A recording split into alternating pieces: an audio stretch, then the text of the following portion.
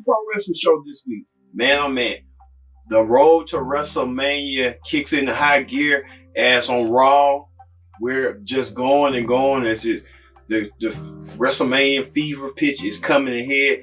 Also on SmackDown, WrestleMania turned upside down.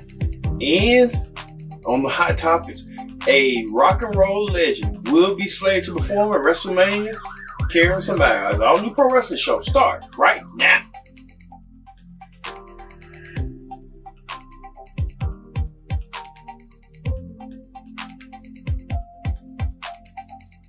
Welcome once again to the Pro Wrestling Show for this week. I'm your host, as always, Kenny Deeks.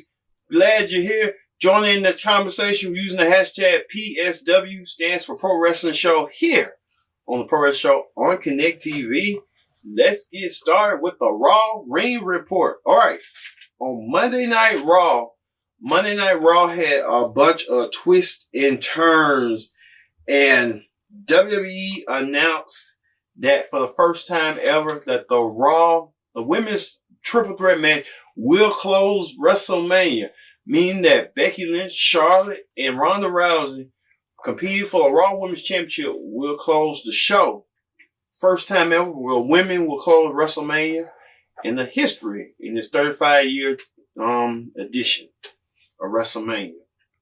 But from the first time ever, meanwhile, the three women who slayed to main event WrestleMania had to beat the clock challenges as they went against the Riot Squad individually, where Charlotte went against Ruby Riott and Ronda Rousey went against Sarah Logan. Ronda Rousey was the first person, and she set the time to beat 1 minute and 26 seconds. Charlotte went ahead with her and Ruby Riott. She couldn't beat the clock. And then finally, Becky Lynch went against Liv Morgan, who beat the clock in a couple of seconds. So, WrestleMania turned upside down. Speaking of that, this week on Raw, that the same three women, Charlotte, Ronda, and Becky, will team together against the Riot Squad. That's going to be interesting to see on that side of things. So, we'll see that probably next week. And also on the SmackDown Report, we'll have a little bit more on Epic WrestleMania Upside Down with Charlotte. Stay tuned. Also, Finn Balor scored the pinfall in a 2-on-1 handicap match against Intercontinental Champion Bobby Lashley. We thought Leo Rush was going to be in the match, but it turns out to be former WWE Champion Jinder Mahal, and Finn Balor scored the pinfall, earned himself a Intercontinental Championship match at WrestleMania, where Bobby Lashley was unhappy, and he turns his frustrations out on the Jinder Mahal and his crew, and laid them all out. So Lashley must defend the Intercontinental Championship against Finn Balor at WrestleMania. Also, the tag team of Aleister Black and Ricochet defeated the tag team champions of the Revival. Now, second hand on that token, that the Black and Ricochet will go against the NXT Tag Team Champions. So it's interesting to know that Black and Ricochet are gunning for tag team gold, whether it's in the red brand or the black and yellow brand of NXT. Also, Drew McIntyre speaks his mind and gets interrupted by Roman Reigns. As Drew McIntyre wanted an answer from Roman Reigns to see if he wanted to challenge him at WrestleMania after all the constant attacks that McIntyre has took the Shield apart one by one, and Reigns told him that he will face Drew at WrestleMania. So it must be an interesting match that Drew McIntyre rises his ascension to the top. Also, one half of the women's tag team champions, Sasha Banks, went up against Natalya, and where Bayley and Beth Phoenix were at ringside, and all of a sudden, the interference of Nia Jax and Tamina destroyed and laying both teams down. So we have found out too that the Iconics will be added into this match, making a fatal four-way for the women's tag team championship at WrestleMania. So, all right, my money's on the champions. Also, WrestleMania host Alexa Bliss welcomed Braun Strowman to her show, A Moment of Bliss. And Alexa informed Braun that Colin Jost and the SNL Weekend Update crew, I forgot their name, were word live via satellite, and Braun had a couple of words to say to them that they wanted to have Braun to squash everything. Braun didn't want to squash it. And Braun saying he wanted them to compete in the Battle Royal, the Andre the Giant Battle Royal. And they agreed, which I wouldn't even speculate. I guess they're doing it for attention. So, Braun said he's going to get these hands. He's going to make sure to make examples out of them, whether or not they be correspondents or something. So, hey, get your revenge. Also, Kurt Angle, chosen opponent Baron Corbin, went against Apollo Crews. Baron Corbin won, but it's setting the sights for Angle to go against Corbin. And many people are still upset at the fact that Angle gets his last WrestleMania match and his final match in WWE against Baron Corbin. You know, hey, it is what it is. Also, Seth Rollins, the number one contender for the Universal Championship, says he will find a way to defeat Brock Lesnar by the help of the WWE Universe, and he had a word of words with Paul Heyman that Seth Rollins will have an inch of his body to defeat the Beast Incarnate and the Universal Champion Brock Lesnar. So there's a lot of rumors going on circulating that Brock Lesnar may resign with WWE and he may retain. So I'm praying to God that he gets that belt off of him. I pray to God. Brock Lesnar's keeping that belt for hostage, you know what I mean? You know, I'm just saying. Also, Kurt Angle goes in his blast from past as he faced Universal U.S. champion Samoa Joe as a kindle to their very days in TNA that they can do for now. And as you can remember, it was in Boston this week. But Joe went against Kurt Angle. Fun fact for you is that Joe defeated Kurt Angle for the TNA World title in Boston. So it's kind of like memories come full circle again. So Kurt Angle won and run with a roll up. Ain't on by. And you'll see Kurt Angle on SmackDown Report when he went against another fellow TNA foe. Triple H kept playing up that him and Batista with the same stuff that Batista won his career online. But it's sort of like the same storyline with Triple H. Triple H using that same storyline he did with Brock Lesnar. The same arena, the same venue, the same stipulation. So Batista didn't show up at Raw this week. So Drew McIntyre went against Dean Ambrose and won the last man standing. We don't know, is this the end of Dean Ambrose or what? Because we thought 2 weeks ago that was it. He was riding off. I guess it wasn't. So it is what it is. All right. That does for the Raw Ring Report. Let's move over to the SmackDown Ring Report. On the SmackDown Ring Report, the New Day opens the show on SmackDown and airs their frustrations, their grievances on why Kofi, he went through the whole gauntlet match and he still didn't get what he asked for. And Mr. McMahon turned a swing, a corner, and put Kofi against Daniel Bryan, and thus he didn't win again. Thus he kind of lost his rap. Now, a lot of people are saying, a lot of people frustrated saying it must be racial profiling going on, but WWE trying to keep core on that because they have stockholders, investors that they have to attend to. So you don't want to air too much, but then they looking at it from the elephant in the room. So, you know, it's got to be that, but they're not going to mention, New Day was kind of mentioned in a way protest, but they never mentioned racial profile. So it's sort of like it's a confused dialectic storyline, which ain't making no sense at all. But if he won the gauntlet, let him beat number one contender, and that's it. So Mr. McMahon gave him another chance, saying he sees Kofi as a B-plus player. Ain't you said that about Daniel Bryan 5 years ago about him? And now fast forward now, you say you see Kofi as a B-plus player and New Day as a B-plus tag team. So when they giving out merchandise and stuff like that, you're not saying they B-plus on that. They got to be an A because the merchandise sales was so good to you, Mr. McMahon. So Mr. McMahon offers ultimatum, offers opportunity, and says that, hey, if you can defeat all the tag teams on SmackDown, then Kofi will get his shot at the WWE title. It's just kind of like same repetitive storyline over and over again. But anyway, at the end, Kofi, New Day went through teams like Gallows and Anderson, went through the Usos who refused to compete, went through teams like The Bar, same as Cesaro, went through teams like Daniel Bryan and Rollins, went through Nakamura and Rusev, and New Day won for Kofi, and Kofi finally gets his shot. And at the end, Mr. McMahon was kind of looking like, yeah, he got his championship match, but I still think he's a B-for player. Still don't make no sense. It's still repetitive, still diluted.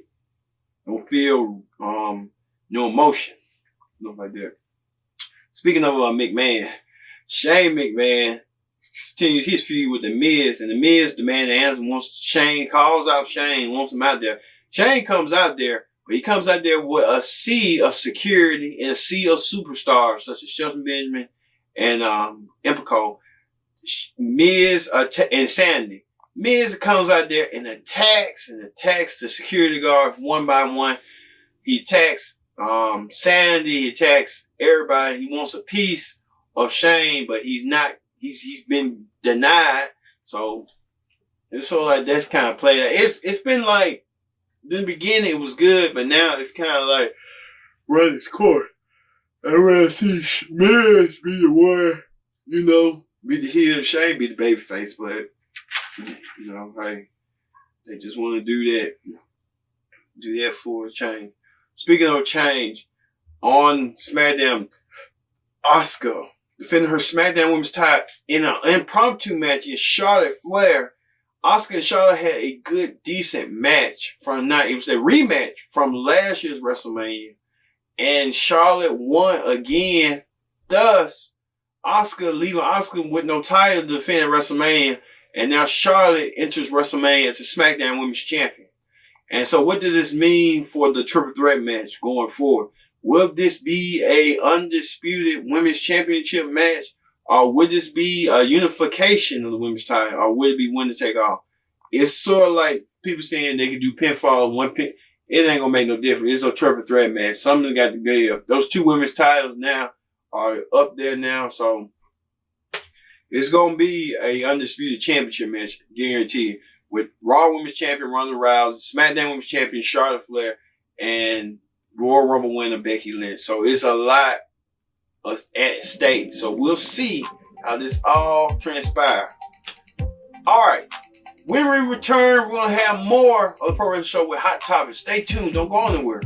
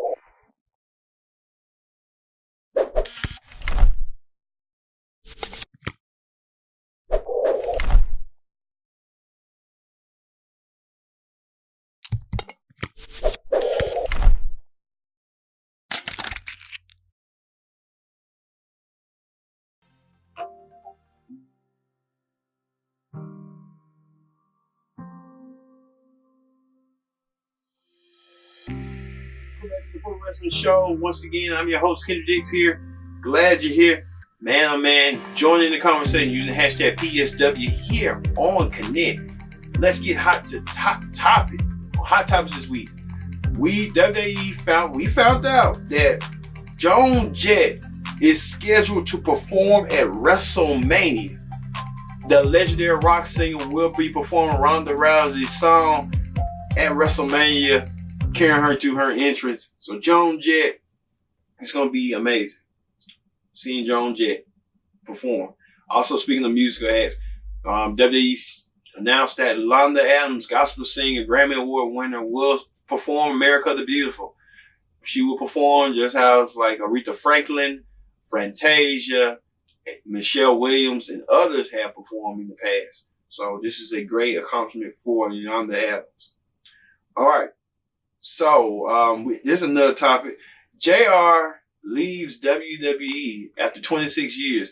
Well, this is second stint in the company, so he's leaving for he's in negotiations now with AEW to perform for them. So JR leaving WWE after he told the world that WWE is going to go younger, and JR said he still got a lot of skin in the game. And you can respect that from a legendary broadcaster, but JR at his age, but will be a great get for AEW with give him credibility and gives their product credibility. JR be finally back where he once was, back on TBS once again. But good look for JR. So hey, more wishes for JR. There's one thing JR said that he doesn't see racism in storyline for Kofi Kingston. JR, what kind of rock you been living in there? Because that's racism all over that. Regardless or not, if some people do, some people don't, hey, just to each his own. But at the same time, that's got to be the ultimate key, because if Vince Russo said it, then it's got to be true. It got to be true. Also, speaking of AEW, Buff Bagwell says he's not aware of AEW with the talent they have and the roster they have. He was a former WCW star and a WWE star for one stint. And he had a couple of issues with JR.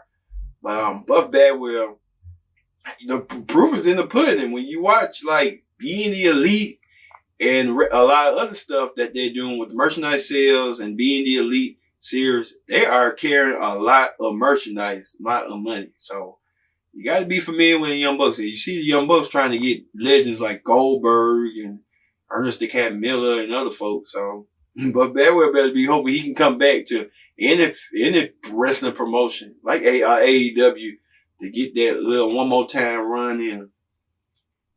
Also, there have been talks and rumors about Rob Gronkowski, Gronk, as many from New England Patriots, may come to WWE.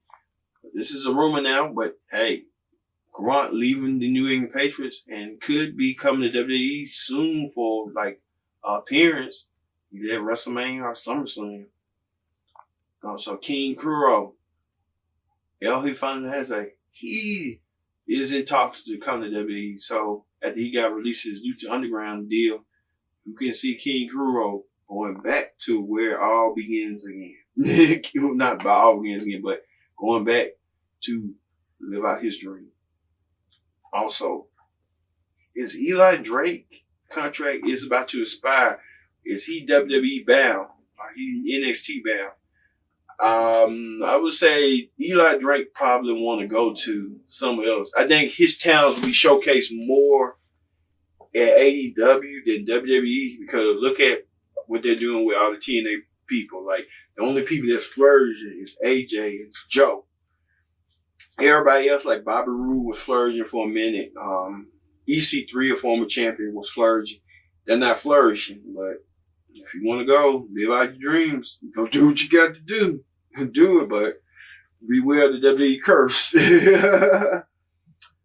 Also, Goldust, rampant rumors about him leaving WWE and heading to AEW, but Goldust is still under contract to WWE. So I don't see Goldust going anywhere at the moment, but you can tell he's going to AEW to join his brother. Tell you that right now. As you see right here, these you can't see, but Beth Phoenix and Natalya trains with Edge and the Revival and Dr. Tom Pritchard to get prepared for their match at WrestleMania with the moves and stuff and execute. So Beth Phoenix and Natalya putting in the work to do a good job for WrestleMania. Also, WWE announced that their respective Battle Royals at WrestleMania for the Women's Battle Royal, like names like Asuka, Carmella, Naomi, and an Andre Battle Royal from the men's. Same with the Hardy Boys, EC3, Shelton Benjamin, and a list of others. Hey, it is what it is. But we'll see who comes out this battle. Braun Strowman's in the Battle Royal. We'll see who comes out there. I had Triple H held a conference call by NXT and gave details about how long did they knew about Tommaso Ciampa's injury. Triple H said they knew it was severe, but they were trying to work through it throughout the NXT tapers, and plans changed, so they had to make plans come fast. And Triple H also mentioned that with Batista, it's just full circle that Batista want one more match and just say he's done with wrestling a little bit and be done with it. And it was kind of like sentimental and stuff. Depending on what the storyline is now that has been carrying on for so long that he won his match and he finally gets a match at WrestleMania. Speaking of Triple H's mother-in-law, Linda McMahon, who was the head of the Small Business Association for the Trump administration, announced that she's departing from there later on in April, mid-April. So Linda McMahon done with the Small Business Association. It says she expects to go back to the private sector and help along reforming Trump's 2020 campaign. All right. That does it for the Pro Wrestling Show this week. Next week's show, WrestleMania. No predict the outcome for neither show. We just all WrestleMania stat card. My views, my insights, my analysis on who's going to win their matches, respective matches of WrestleMania. Well, next week's show. So I hope to see you there. See you later.